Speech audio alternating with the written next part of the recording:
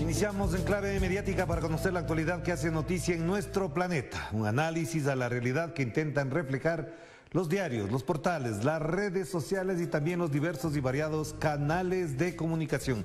Como siempre, las portadas de primer plano para entender cómo los medios reportan la situación de cada país y de cada región. De Bolivia, obviamente, con atención puesta sobre lo que ocurre en Santa Cruz. Ahora el pueblo destaca resoluciones del Cabildo generan choques entre unionistas y cívicos, califican de traidor a Rómulo Calvo y los seguidores de los líderes cruceños manifestaron su rechazo a las definiciones del evento deliberativo y dijeron que se sienten utilizados. Mientras tanto, el presidente Luis Arce Catacora denuncia que la derecha quiere dividir al país. Obviamente, esto está en su agenda.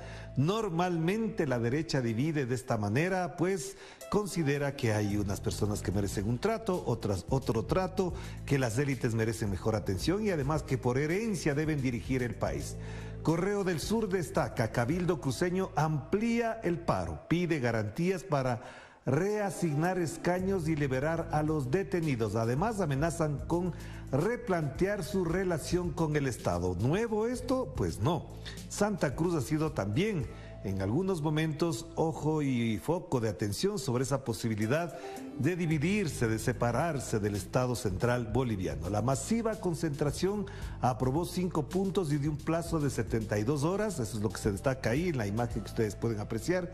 Antes el gobierno dijo que enviará los resultados del censo al Tribunal Supremo Electoral. Tras el Cabildo hubo tensión cerca de la casa del cívico Calvo, que es el dirigente, de esta movilización. Y el Potosí destaca, Santa Cruz mantiene el paro por reasignación de escaños y la liberación de detenidos. Violencia de padres deja dudas sobre el desayuno escolar, también otro elemento informativo que se plantea el Potosí, otro diario que habría que destacar a la hora de pensar cómo se refleja la realidad en Bolivia. Pues de esto seguirá siendo atención. Ya llevamos 3 semanas prácticamente de movilización y paro en Santa Cruz y sabemos cuáles son los objetivos y cómo se ha manifestado y movilizado la población alrededor de todo esto. Pasemos a Milenio de México, que destacan extraordinariamente un titular que corresponde a Ecuador. Dice, 19,000 operativos para frenar a los socios del cartel de Jalisco, digámoslo claramente en Ecuador.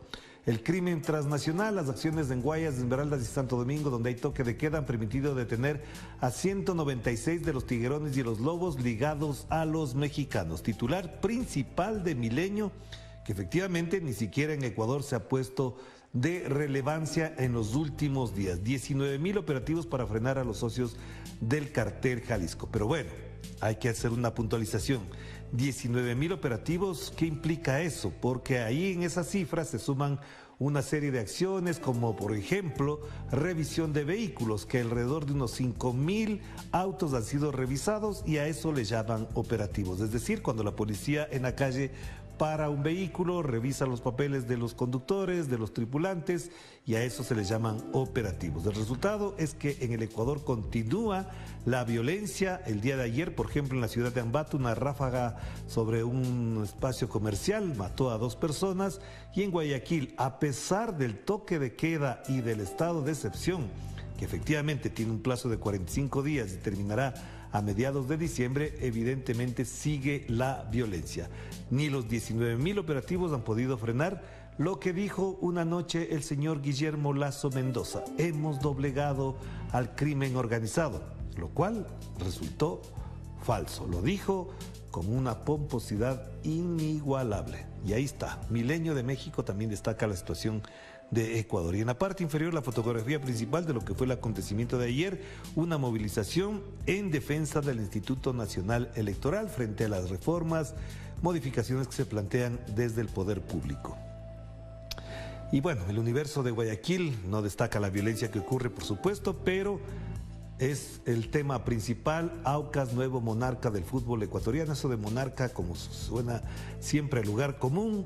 Un campeón inédito surgió ayer en la final de la Liga de Pro del Ecuador, el equipo oriental, le llaman así porque su origen en el nombre está ligado a la Amazonía ecuatoriana, le alcanzó el empate a 0 ante Barcelona para ganar su primer título en la Serie A. El titular del campeón inédito del Ecuador, el Aucas, dirigido además por el técnico venezolano César Faría, uno de los 8 mejores técnicos o más destacados del año 2022. El venezolano César Faría se consagra como campeón con un equipo como Aucas por primera vez después de 77 años disputando los torneos nacionales del Ecuador. No nos olvidemos que César Faría dirigió a la selección Vinotinto de Venezuela, obviamente con grandes resultados en su momento.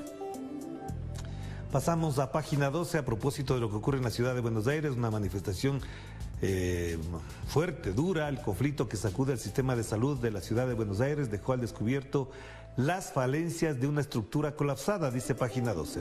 Las guardias no dan abasto, los pacientes se acumulan como ganado en los pasillos y los profesionales formados en la educación pública se fugan al sector privado. Para el gobierno de la ciudad, de control macrista, por supuesto, durante la pandemia eran esenciales y ahora son descartables, tal como pasa, por ejemplo, en Ecuador, y ya veremos también lo que ocurre, por ejemplo, en Madrid, que ocurrió una marcha inmensa a propósito del mismo tema, el abandono del sistema de salud.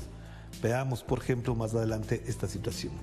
Destaquemos la portada de Últimas Noticias de Caracas de este lunes 14 de noviembre. La Unión Europea da una bofetada al Foro de Paz de París. El gobierno venezolano repudió la decisión de la Unión Europea de renovar sanciones a Venezuela. Un comunicado califica de incoherente la acción de la Comisión Europea el mismo día en que el presidente de Francia, Emmanuel Macron, manifestó su voluntad de apoyar las negociaciones entre el gobierno y la oposición. Se pretende insistir en una estrategia errónea, dice el gobierno venezolano, y por supuesto, si Europa se dedica a perturbar las negociaciones de paz entre las fuerzas políticas de Venezuela, ¿qué se puede esperar de la Unión Europea con respecto a otros conflictos que le atañen, que le preocupan y que le afectan directamente? Eso es lo que se destaca ahora en Últimas Noticias.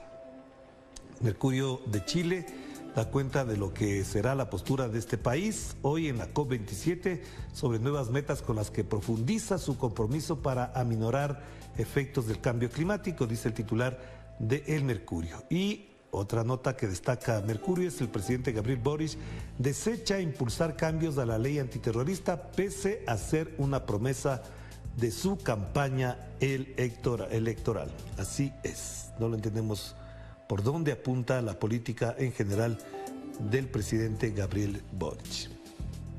Y lo que mencionaba, a propósito de la salud, fíjense en los dos retratos de la misma situación o del mismo hecho en Madrid. El ABC, el diario monárquico de España, las empresas rescatadas por el Estado en venta y endeudadas del titular principal. Pero la foto principal, miren el enfoque. La izquierda usa la sanidad como acto de fuerza contra Ayuso, que es la alcaldesa, digamos, de Madrid o la directora de la Administración Central de Madrid. La izquierda, era una movilización de la izquierda, no de la ciudadanía, que reclama atención emergente y urgente sobre el sistema de salud. La manifestación masiva en Madrid en una protesta transversal que fue más allá de la situación sanitaria. O sea que la situación sanitaria queda de lado en el análisis y en el enfoque del titular de ABC. En cambio, El País de España dice la manifestación masiva en Madrid contra la gestión sanitaria de Ayuso, que es efectivamente quien dirige la política pública de la ciudad de Madrid. Los planes de la presidenta autonómica provocan una multitudinaria protesta. La izquierda ve en la marcha un punto de inflexión de cara a las elecciones autonómicas y los varones del Partido Popular creen que la presidenta madrileña falló en su manejo de la crisis. Eso es así, efectivamente un fracaso total de la política pública de la salud, tal como veíamos por ejemplo de lo de Buenos Aires, que ojalá este tipo de manifestaciones también ocuparan la atención de los ciudadanos en países afectados tras la pandemia como Brasil, como Perú, como Ecuador, por ejemplo, que ha vivido situaciones muy dramáticas en el campo de la salud. En Ecuador al menos todo apunta a disminuir, a adelgazar, a minorar el potencial de la salud pública para un solo objetivo: privatizarla. Así es.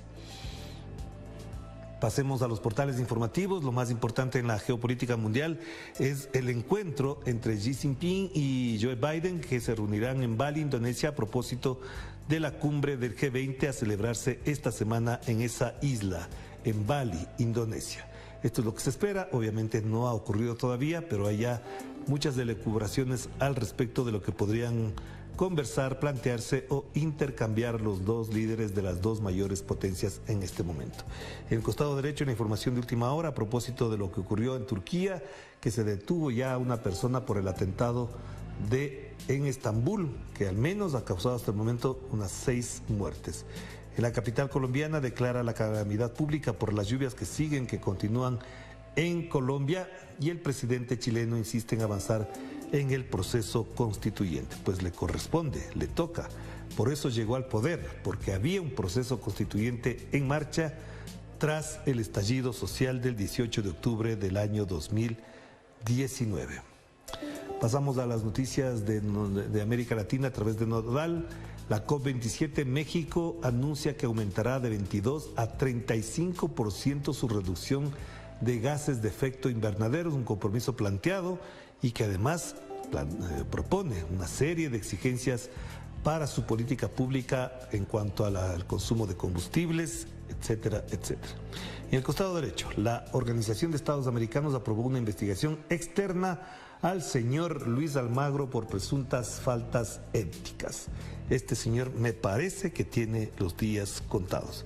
Una investigación externa porque la propia efectivamente iba a ser manipulada y controlada por el propio señor Luis Almagro, que ya sabemos qué lugar va a ocupar en el basurero de la historia. Vamos cerrando con el portal de DRT a propósito de la cumbre de G20. Biden y Xi Jinping se reúnen en busca de líneas rojas, es el titular.